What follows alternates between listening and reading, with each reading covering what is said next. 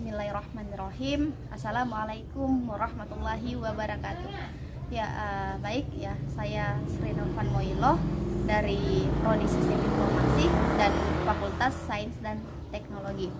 Nah, baik, di sini saya akan mereview kembali atau menjelaskan pengenalan di dalam NetBeans ID ya. Jadi nantinya NetBeans ini akan kita gunakan dalam menjalankan satu program ya dalam bahasa Java. Nah, jadi apa itu NetBeans? Ya, jadi NetBeans ini dia merupakan aplikasi perangkat lunak ya yang dia digunakan dalam menjalankan suatu program dalam bahasa Java. Ya, jadi ingat bahwasanya NetBeans itu digunakan dalam menjalankan program dalam bahasa Java. Nah, kemudian ADA. Nah, apa itu ADA? Jadi ADA itu dalam bahasa Inggrisnya Integrated Development Environment, yang dia merupakan aplikasi perangkat lunak ya. Jadi dia pun merupakan aplikasi perangkat lunak yang memiliki fasilitas-fasilitas yang lengkap ya. Dia memiliki fasilitas-fasilitas lengkap.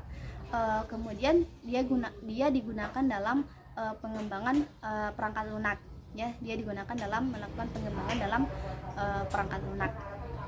Nah, jadi nantinya ketika kita menjalankan program, kita butuh software ini ya.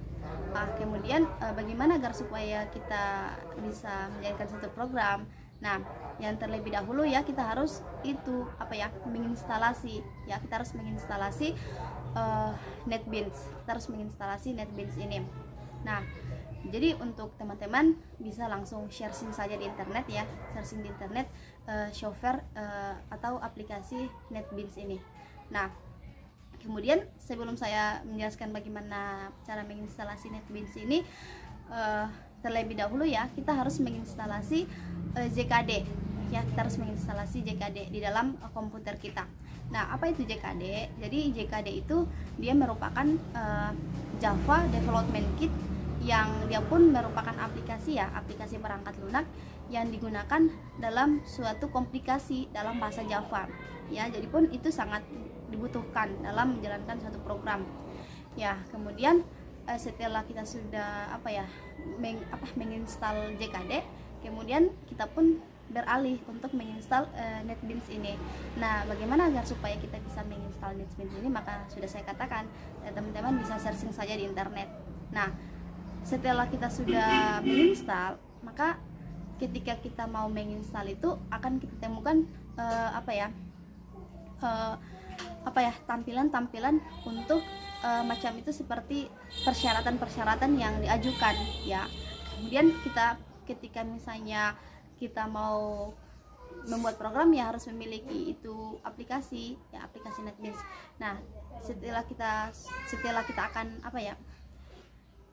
menginstal, setelah kita sudah mendownload, kemudian kita akan install. Di situ kita akan dihantarkan dengan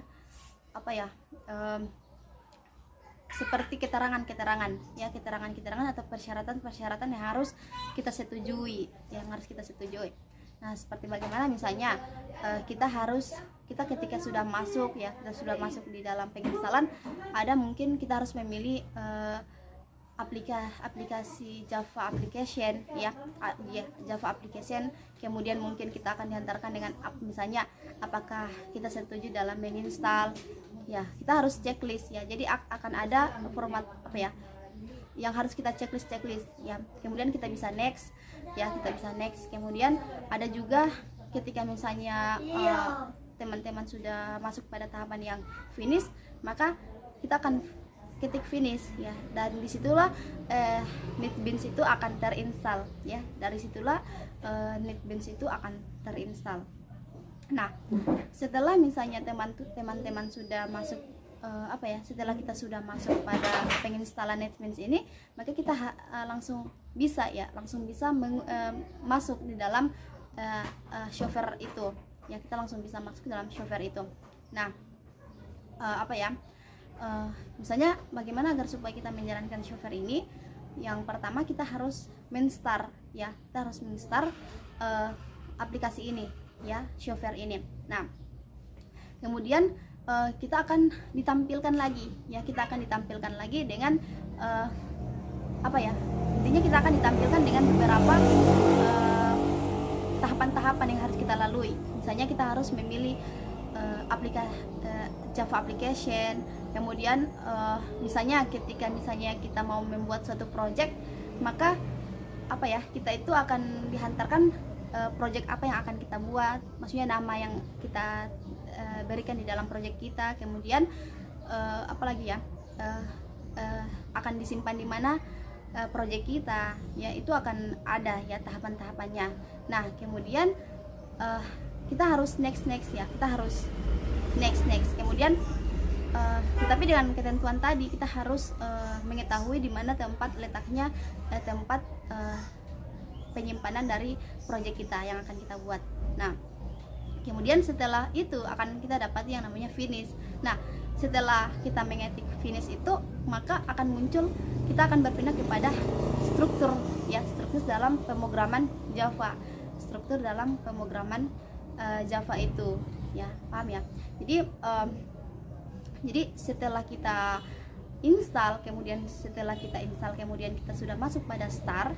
Nah setelah kita sudah memenuhi syarat-syarat yang sudah kita lakukan, maka kita akan masuk pada struktur dalam pemrograman Java ini.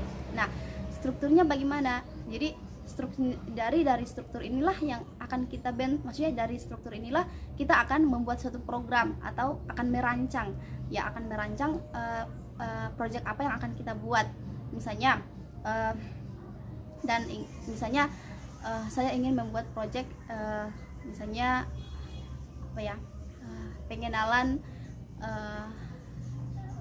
NetBeans, dan ingat dalam project itu ada yang namanya apa ya, macam kode-kodenya ya. Misalnya di dalam struktur pemrograman Java ini ada yang dikenal dengan method main ya, method main. Nah dalam bentuk umumnya itu ada public static void main ya, yang disitu akan kita berikan, atau macam seperti saya katakan tadi, ketika kita mau menjalankan program maka harus ada kode-kodenya itu. Ketika misalnya tidak ada kode, maka itu akan error ya. Nah kemudian kita pun juga bisa, teman-teman pun juga bisa berlatih dalam membuat satu program dalam bahasa Java. Nah kemudian jadi di dalam struktur pemrograman Java ini kita ada yang namanya pengenalan variabel ya. Kita pun harus mengetahui apa itu pengenalan variabel. Jadi pengenalan variabel ini dia adalah bagian dari pemrograman ya. Jadi ingat, pengenalan variabel ini dia merupakan bagian dari pemrograman yang apa ya, yang ini berfungsi untuk menyimpan data, digunakan untuk menyimpan data, itu variabel. Nah jadi karena variabel ini dia fungsinya untuk menyimpan data, maka ini apa ya, ini harus dideklarasikan, variabel ini harus dideklarasikan dalam bentuk tipe data, seperti misalnya apa, nama, kemudian apa ya, nilai atau inisiasi atau inisial ya. Jadi itu harus dideklarasikan dalam bentuk tipe data. Jadi ketika misalnya kita apa ya, ingin membuat satu program, maka variabel-variabel pun ini sangat dibutuhkan ya, itu harus ada ya. Kemudian apa ya, di dalam variabel pun ini ada yang namanya ini apa ya, ada yang namanya aturan-aturan yang harus kita perhatikan, dalam membuat suatu program, atau ya membuat program dalam bahasa Java. Ada yang harus kita perhatikan. Nah aturan-aturan itu apa? Yang pertama ya, di dalam variabel ini kita mengenal dengan karakter pertama ya, kita mengenal karakter pertama yang apa ya, misalnya A kecil sampai Z kecil itu. Kemudian ada A besar sampai Z besar. Kemudian kita juga bisa memberikan garis bawah. Kemudian kita pun juga bisa memberikan dolar ya. Nah maksudnya gimana? Maksudnya ketika kita mau menjalankan program, maka kita harus sesuaikan dengan aturan-aturan yang sudah diberikan dalam ketika misalnya kita mau melakukan memberikan variabel, maka kita harus memperhatikan karakter-karakter yang sudah ditentukan ya. Kemudian pun kita tidak bisa memberikan kita tidak bisa memberikan bilangan ya. Dalam pembuatan program kita tidak bisa langsung memberikan bilangan 0, 1, 2, 3 nah dan lain sebagainya. Nah karena apa? Karena itu tidak bisa ya, itu akan error. Nah nanti jadi kemudian kemudian kita diikuti dengan kombinasi yang abjad. Kemudian itu setelah kita misalnya sudah membuat program, kemudian itu harus diikuti dengan kombinasi yang abjad.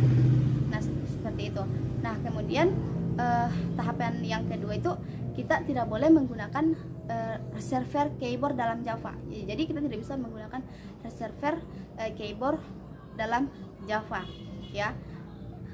Itu adalah aturan-aturan.